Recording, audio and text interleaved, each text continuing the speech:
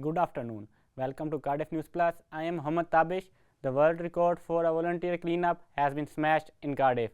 More than 1,000 volunteers participated in the cleanup of River Taff, breaking the previous record held in India. Guinness World Record judge assessed the event at 8 different locations before declaring the world record. Our reporter Sandy Siveshabe now joins us. Sandy, tell us what is happening at River Taff. Well, Tabish, what's happening is that the world record has just been broken for the biggest river cleanup, and this was done at the River Taff. So we know that more than 1,000 people came down here to pick up rubbish and to help in this cleanup. We also know that school children also participated.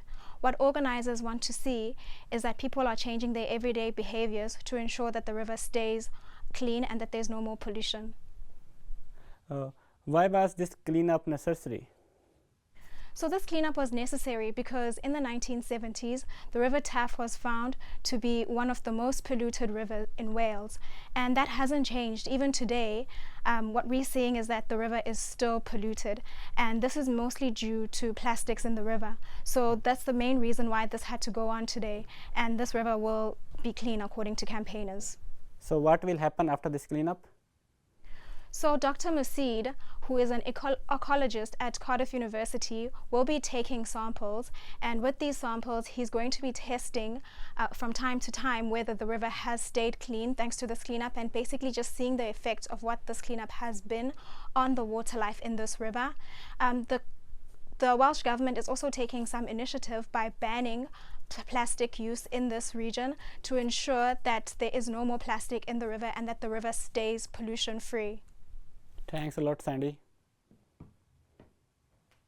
Cardiff residents say they are getting fed up of rats wreaking havoc across the city.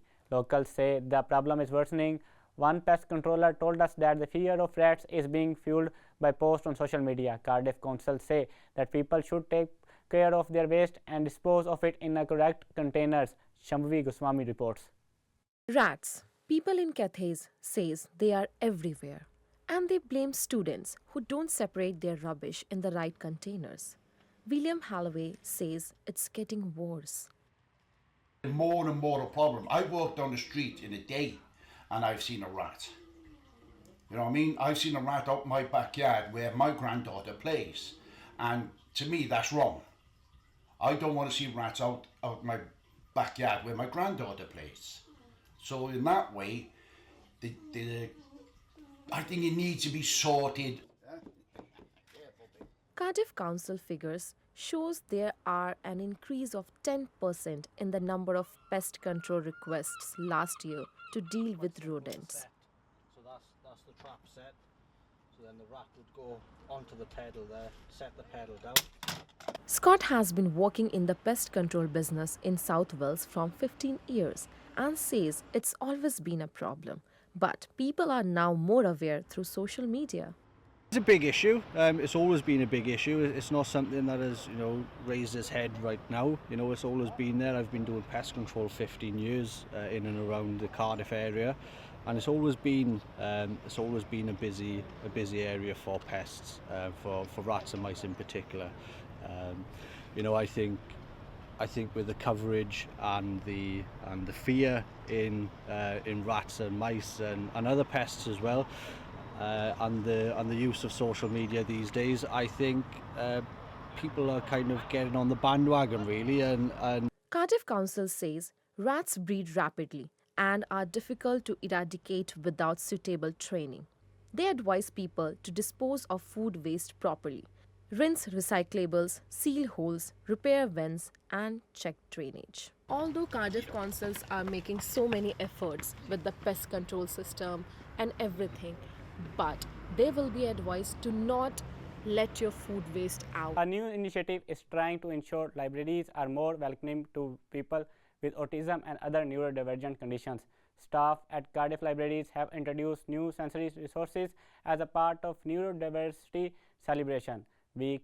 Shan Shivang has been down to be a library to see what difference the new pack are making to the lives of young neurodiverse people in the Welsh capital. Jackie loves to read and loves visiting libraries.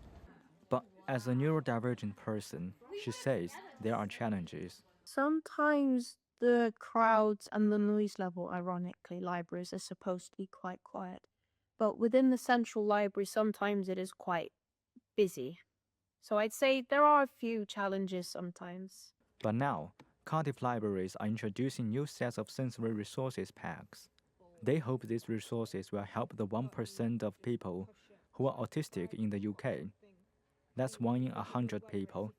According to the staff from Cardiff Library, these new resources packs are very helpful for neurodivergent people. For example, this headphone can block the noise from outside, and these fidget toys can help them focus.